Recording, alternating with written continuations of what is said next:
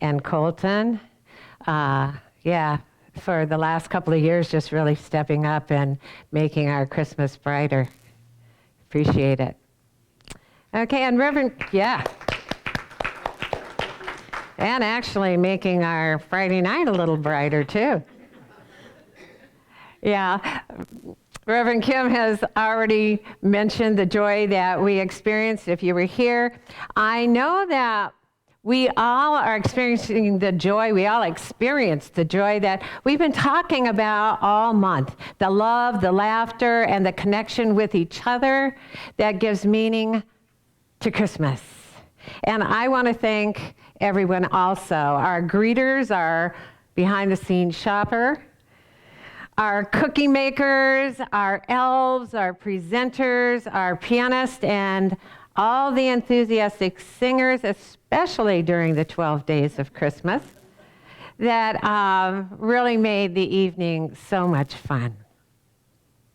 And I want to thank our Santa, who, in addition to sharing his bag of sweets, shared some beautiful, uplifting words with us about the meaning of Christmas. He said that it is a time of giving, a time of sharing the love that we are with each other. And he demonstrated just that all evening while he was with us. But our Santa wasn't finished for the night when he left. Now, the following story was related to me by the sleigh driver who brought Santa here to LEC and planned on taking him home. And, but late last night, I did receive permission from Santa himself to share this story with all of you. So,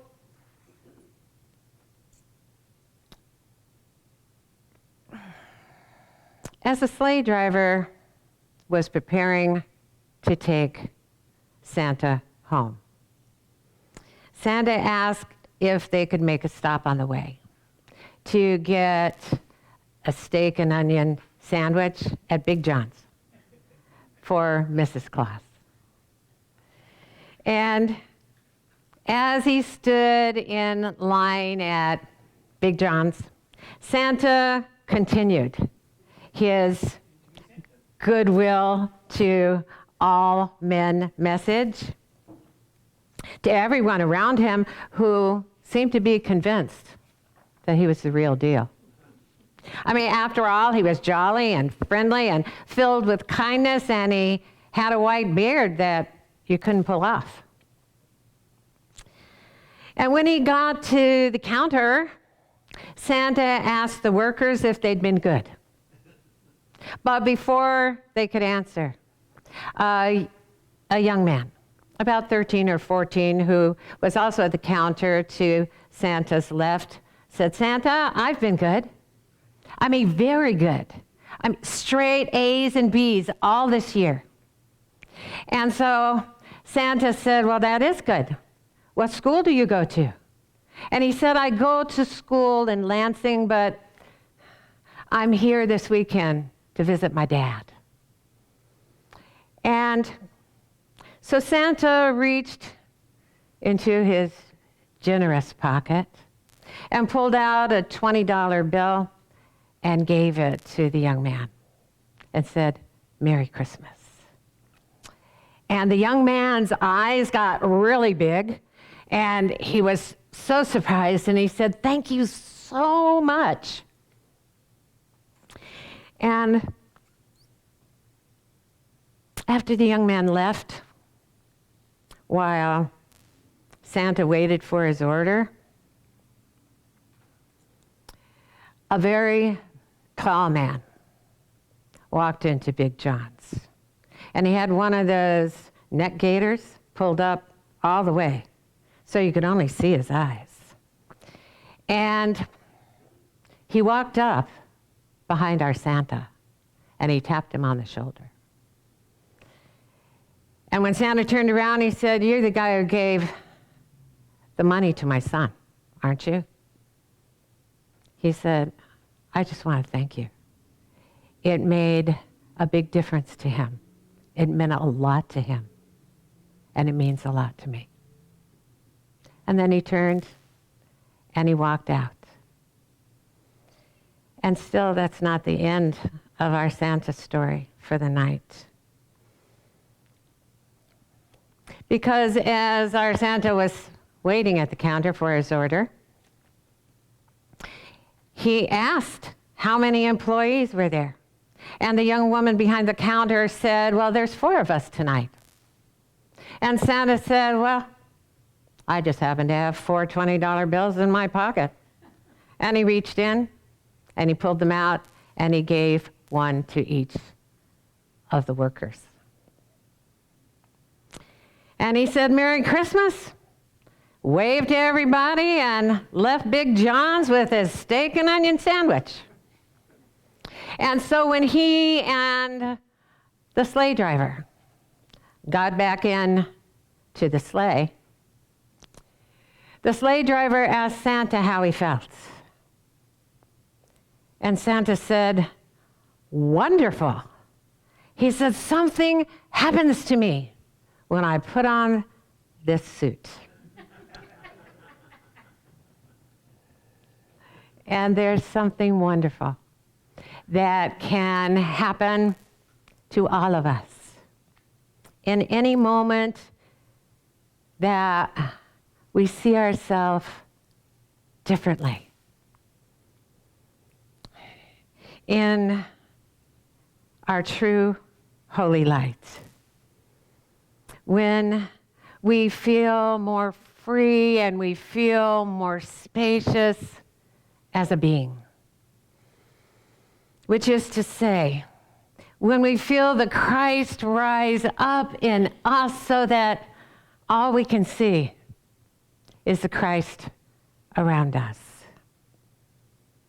Anytime we feel joy bubbling up within us and we feel like we're ready to explode if we don't express it. Anytime we let love inspire us so that we feel the spaciousness and generosity of our heart, we are feeling the Christ in us. The way of transformation tells us, then we walk this earth as one who is free, as one who is the spaciousness through which only love abides and is offered. Words don't teach. Example lives where only love abides and is offered, teach. When we live an example life, when we live by example, when we walk the talk, when we speak from our inner experience rather than quoting something we've read or heard, we proclaim Christ on earth. That's why today's talk is Go Tell It on the Mountain. The third of 4 titles of Christmas songs and carols that I've arranged in a particular way to tell a story of what can occur in us and through us as we give birth to, in our mind, to the idea, and birth in our heart to the feeling that the same Christ who lived on earth 2,000 years ago through Jesus is there in us to live as us on earth as well. This month we've been focusing on opening our mind and heart to a new, more expanded view of the Christ of Christmas as the Christ of creation, the one creation that has always been and continues to be and includes all of us. We've been looking at that holy birth in Bethlehem as an example life that proclaimed for all of us that the Holy Son of God can walk this earth in human form. And he said we could all do it too. The Christ of God's creation is the pure, positive energy and power within heaven, that invisible place within all of us. That is also the essence of every temporary physical manifestation on earth, including all of us. The Christ is everywhere, including right where we are. And as we become more aware that it's there, the Christmas story of Christ on earth and the givingness of Santa becomes our story as well.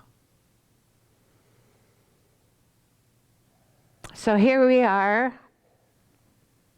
It's already the third Sunday in December, and Christmas will be here. It's so close that we can smell the cookies and hear the reindeer, and hopefully not the other way around.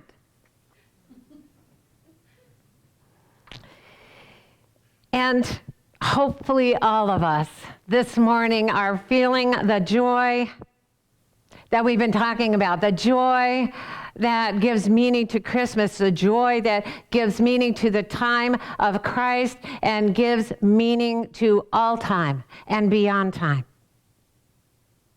And next Sunday, when our final title is All I Want for Christmas, even if your Christmas morning is spent opening presents and drinking hot cocoa while sitting around the Christmas tree,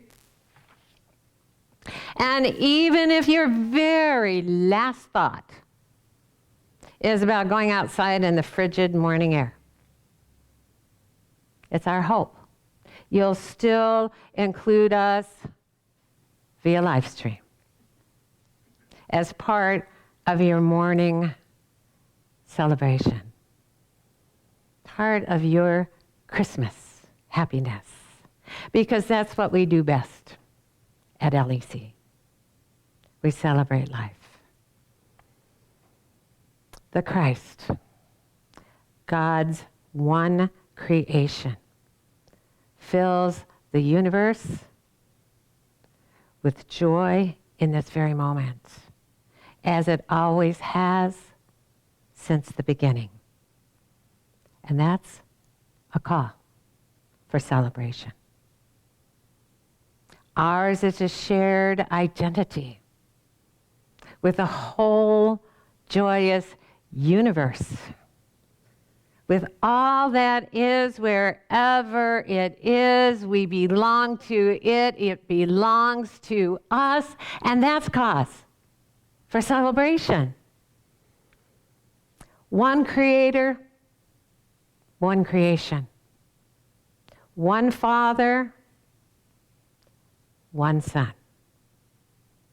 We are all one with that one, or we wouldn't be here or anywhere else. Of the creative power of the Christ that belongs to us, that allows us to demonstrate the good and the beautiful and the true, of the Christ in us and as us, whose purpose it is to expand and extend creation forever, we read in the book of John, God created everything through him, and nothing was created except through him. Everything was in his hand, and without him, not even one thing was made that has been made. In our human confusion about who we truly are, about our true spiritual identity, we can make a mess of our individual lives and this planet we live on.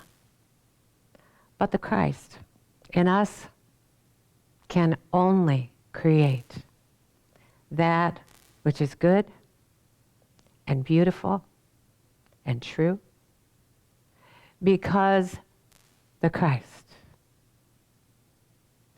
we are, is created to create for God, as God. Nothing else in this universe has any meaning. And nothing else in this universe is real. And that's cause for celebration.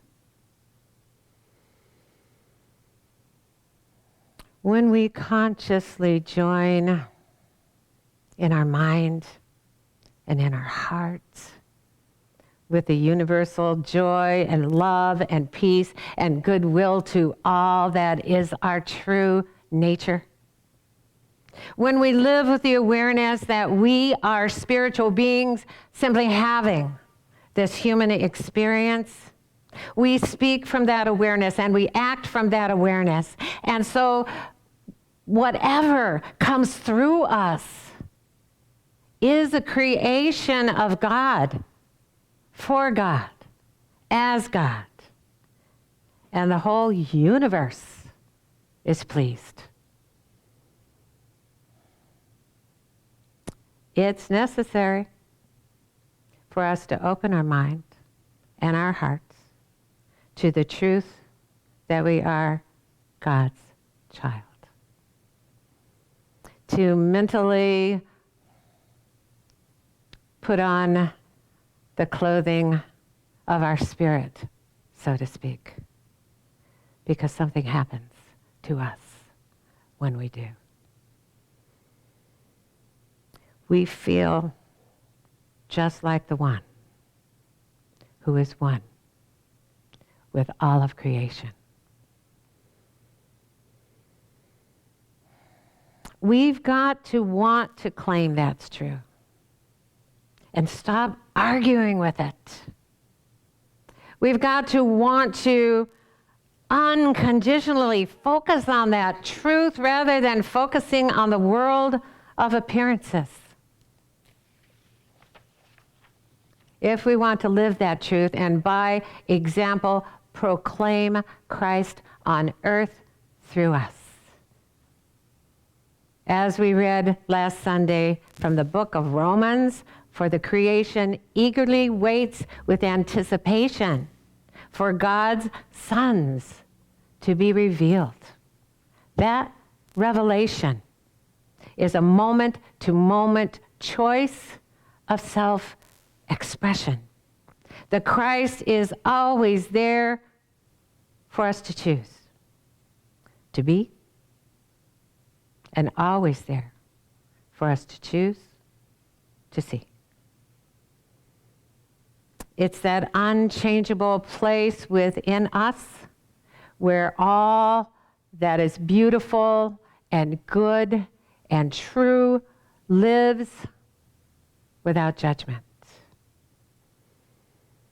That place where all are fully loved by us because all that is unconditionally loved by God. And we are here to create for God, the God that is love, as God, to be the love that we are. All that we need to do to feel the joy of the season, to share the love that we are, and to feel more free and to feel more spacious as a being, is to put on those holy clothes that can only be found within us, to decide it's what we want to feel. It's how we want to feel. And then focus on thoughts that cause us to feel that way. Thoughts that inspire forgiveness and compassion and generosity and sweetness.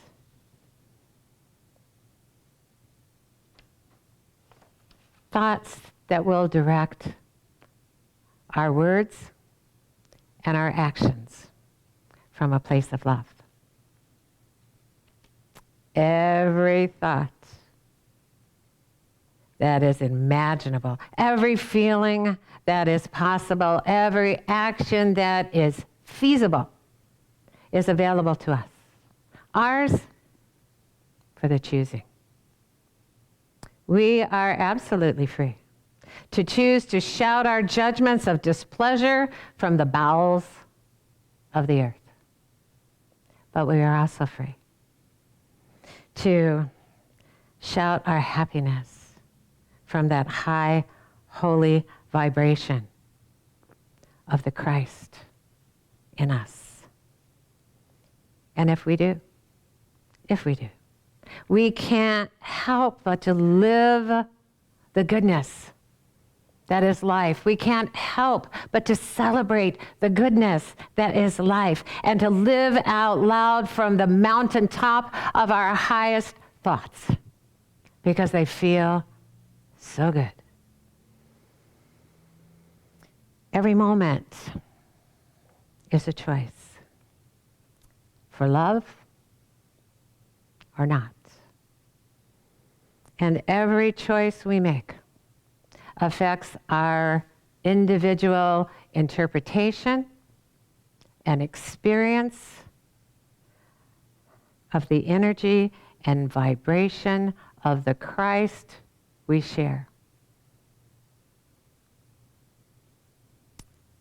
The way of transformation tells us, you are the one who holds dominion over all things.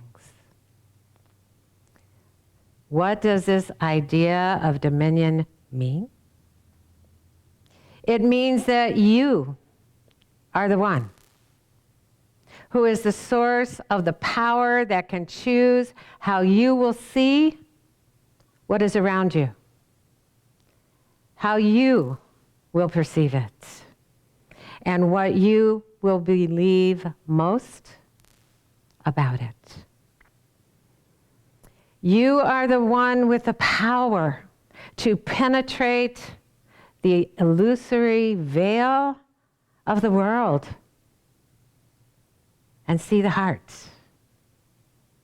and the essence and the truth and the Christ child in everything. A blade of grass, the cry of a child, the barking of a dog, or the coming of the mail with the bills.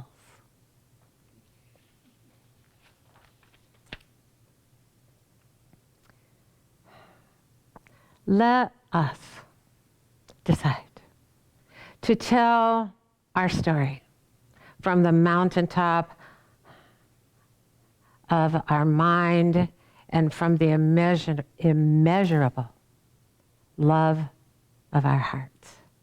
So that everyone we meet, if they choose to see, will know what we know is true.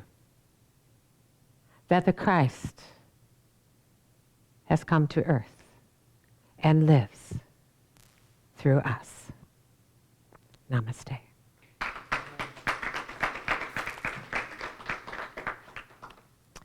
All righty. We'll be counting next Sunday. We'll miss y'all. Okay, well, this is the time of our service when we get to say thank you. Thank you for being here. Thank you for sharing your love, sharing your presence, sharing your energy. And thank you for watching from wherever you're watching, because we can feel your energy too. We all share the same holy vibration of love. And so we'd like to thank you too for your financial contributions that are keeping us here telling this message, celebrating life with all of you, looking for ways to say I love you, looking for ways to express that love. So if you don't know by now, or if you just tuned in and you're going, geez, I sure wish I could support LEC financially. Well, good news for you, because our treasurer, Dr. Jamie Phillips, is here to tell you how.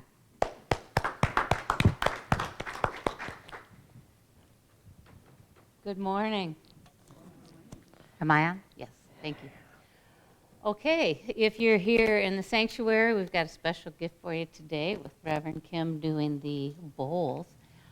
If you are at home, you can donate via Facebook, facebook.com/Life Enrichment Center. You can donate via our website, lecflint.com. Just look for the donate button. You can do a PayPal donation. Our email is lec2512@gmail.com, and you can donate to us there. Or you can do an old-fashioned check. We love those.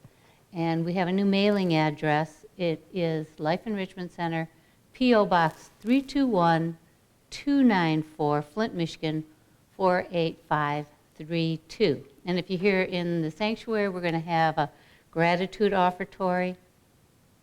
For those at home, we're going to be playing Marcia and Jason and Larry Manderville with Grateful. And here in the sanctuary, we'll have some special music with Reverend Kim. Thank you so much.